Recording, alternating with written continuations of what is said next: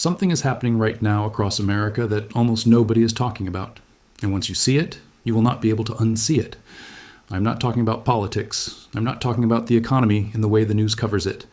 I'm talking about something quieter, something more personal, something that is happening right now on the shelves of your local hardware store, your grocery store, and the farm supply shop that has been in your town for 60 years. Products are disappearing, not slowly over decades, right now, this year, this month. And the ones leaving first are the ones that made American families truly independent for over 100 years. I want you to stay with me because what I am about to share with you took me 3 years to piece together. And at the end of this video, I'm going to hand you something that almost nobody alive today has seen, a government document from 1937 that contains 471 formulas.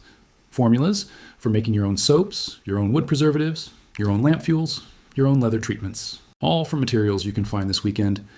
But first, if you have never been to this channel before, welcome. My name is not important. What I do here at Simple Secrets Daily is find the knowledge that used to be common in every American home and bring it back to the people who need it.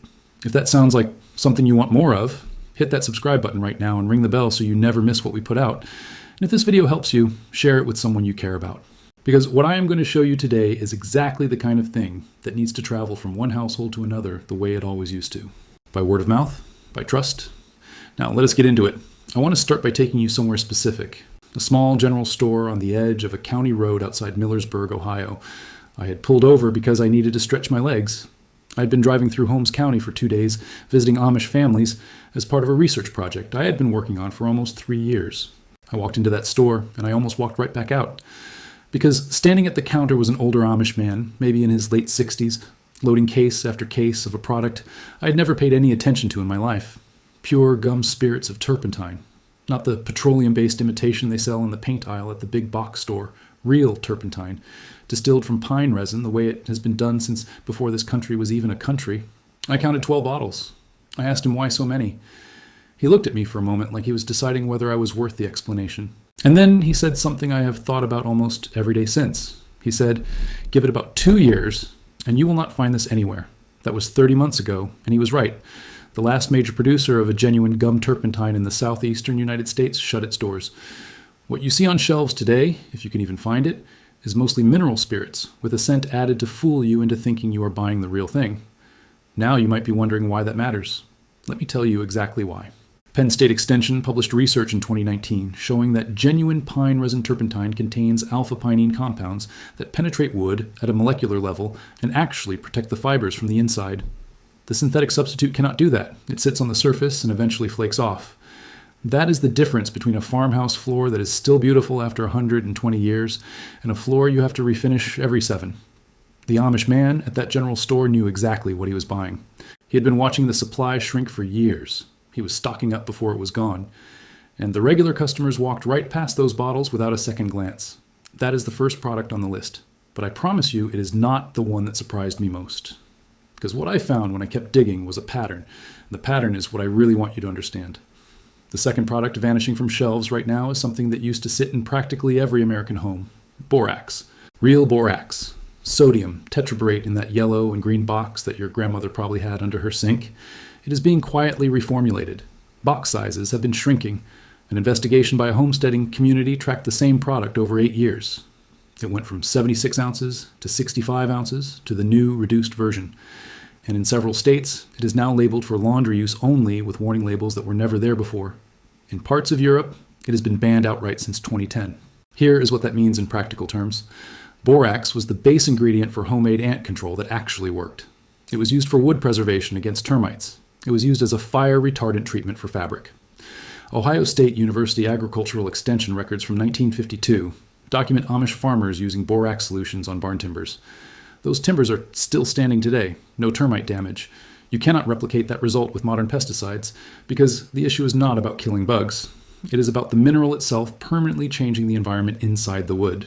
When borax disappears from shelves entirely, that knowledge becomes worthless, even if you still have the book that describes how to use it.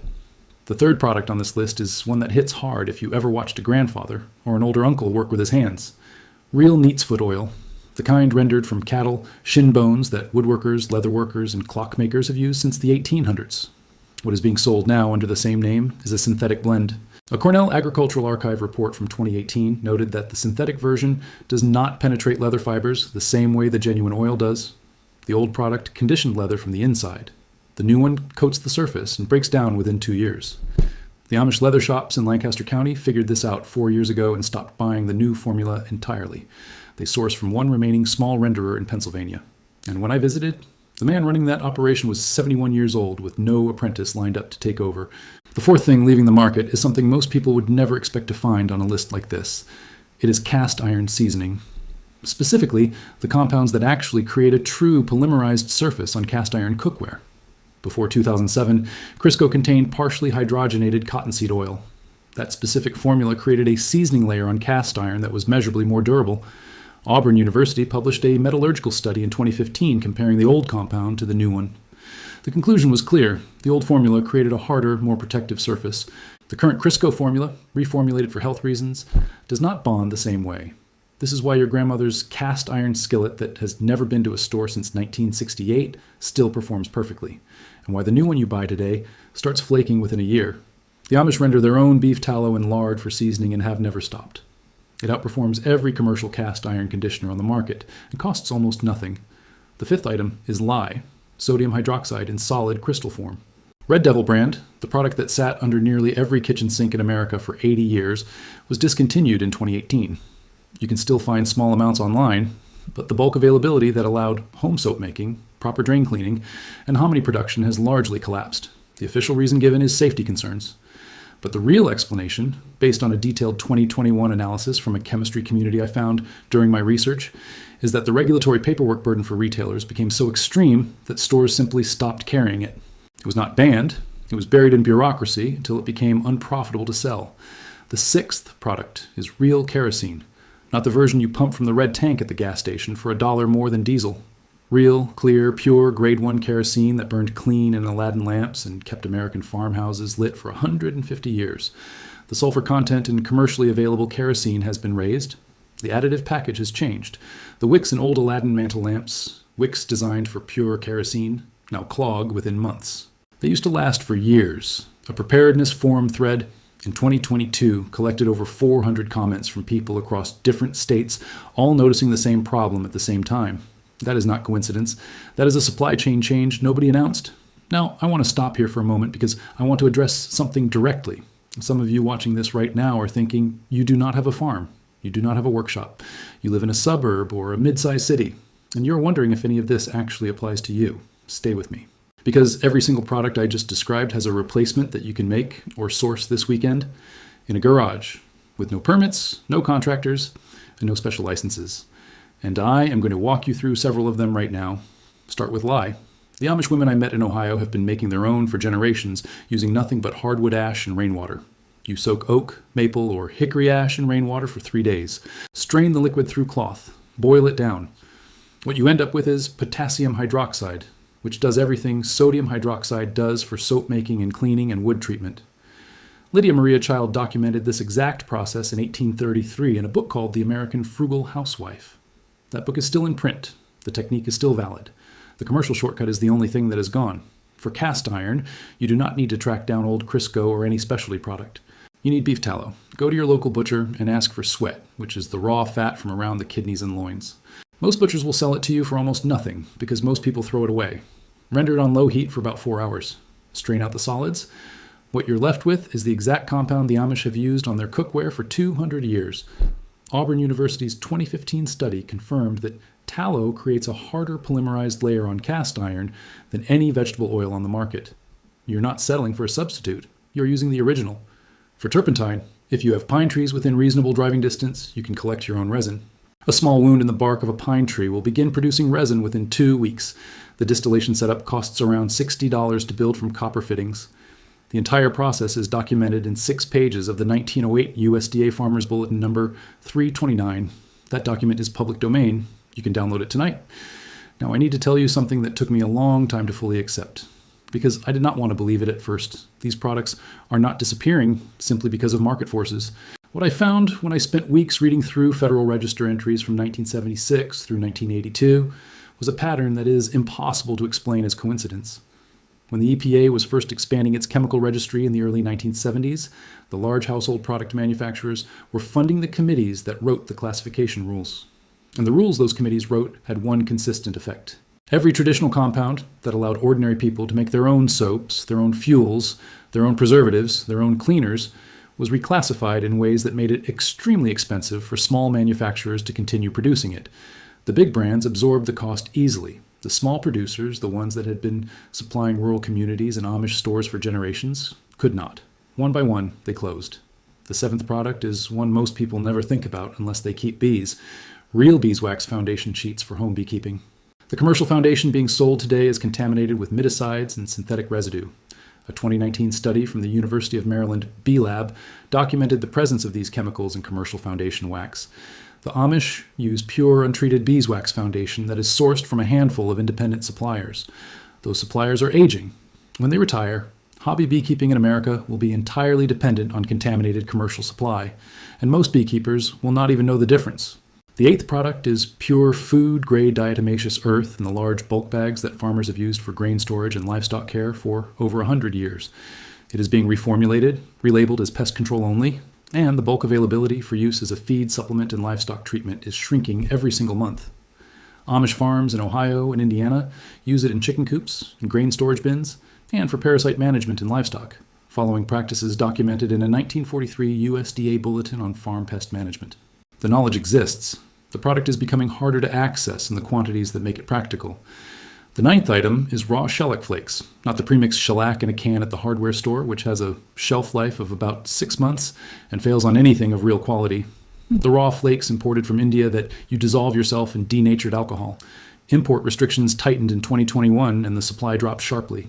Amish furniture makers in Lancaster County stockpiled years' worth of flakes before the change because they had been watching the supply shift for a long time.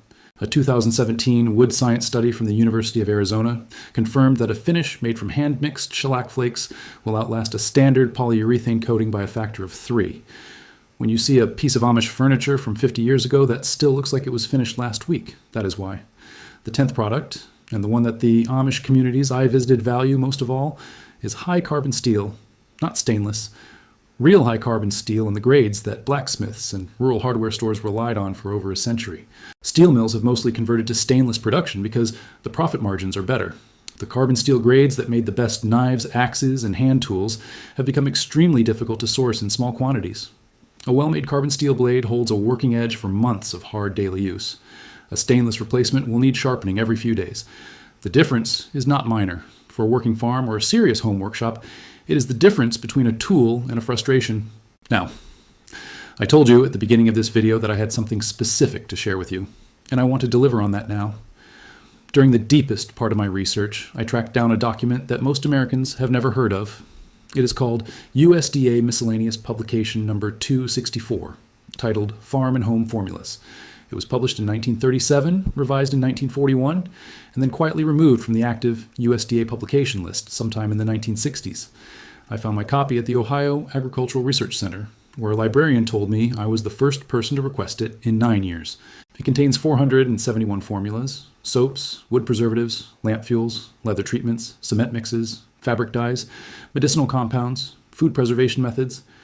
It is the single most complete record of what a genuinely independent American household looked like before the consumer economy replaced all of it.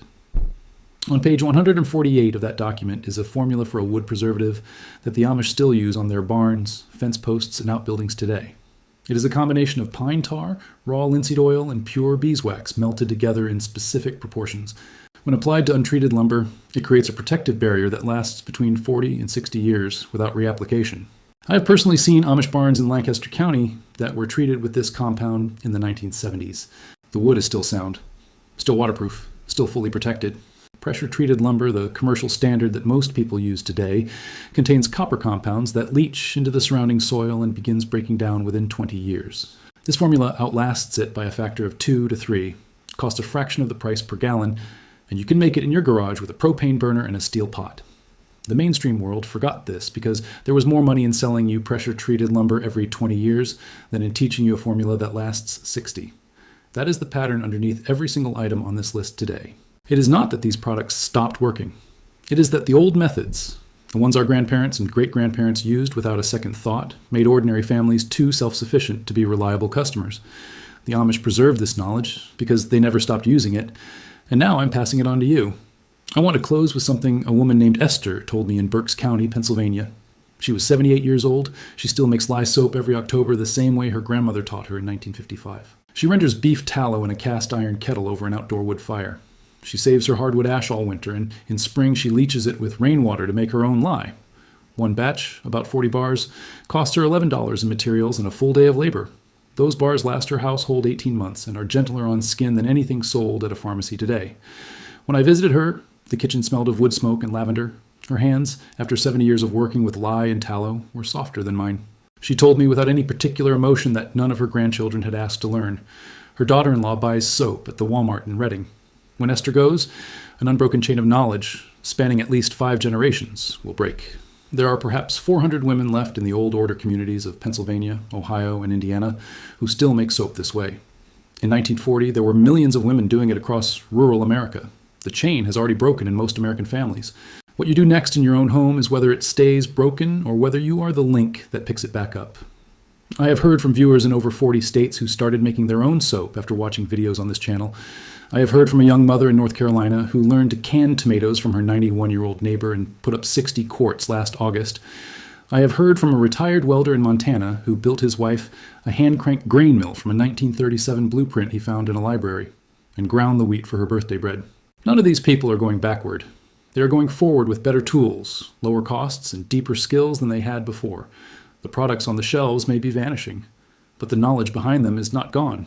It is sitting in attic trunks, in the basements of county historical societies, in the memories of elderly neighbors who would be overjoyed if you just asked, and in documents like the one I described today. Write to me in the comments. Tell me which of these 10 products you remember from your parents' or grandparents' home. Tell me which one you are going to try making or sourcing this month. Every story you share becomes part of what the next person who finds this channel will learn. That is not a small thing. That is the exact opposite of what the empty shelves are doing to us. Share this video with someone you know who would want this information. It costs nothing, and it keeps this knowledge moving the way it always moved best. From one person to another. Subscribe to Simple Secrets Daily and stay with me, because next week I'm opening the pages of an 1889 Pennsylvania Dutch household ledger. I found it at an estate sale in Lancaster County. And inside it is a winter food preservation method that kept an entire family fed for 6 months without a single jar of commercial canning. You will not believe what they used instead of salt. I will see you there.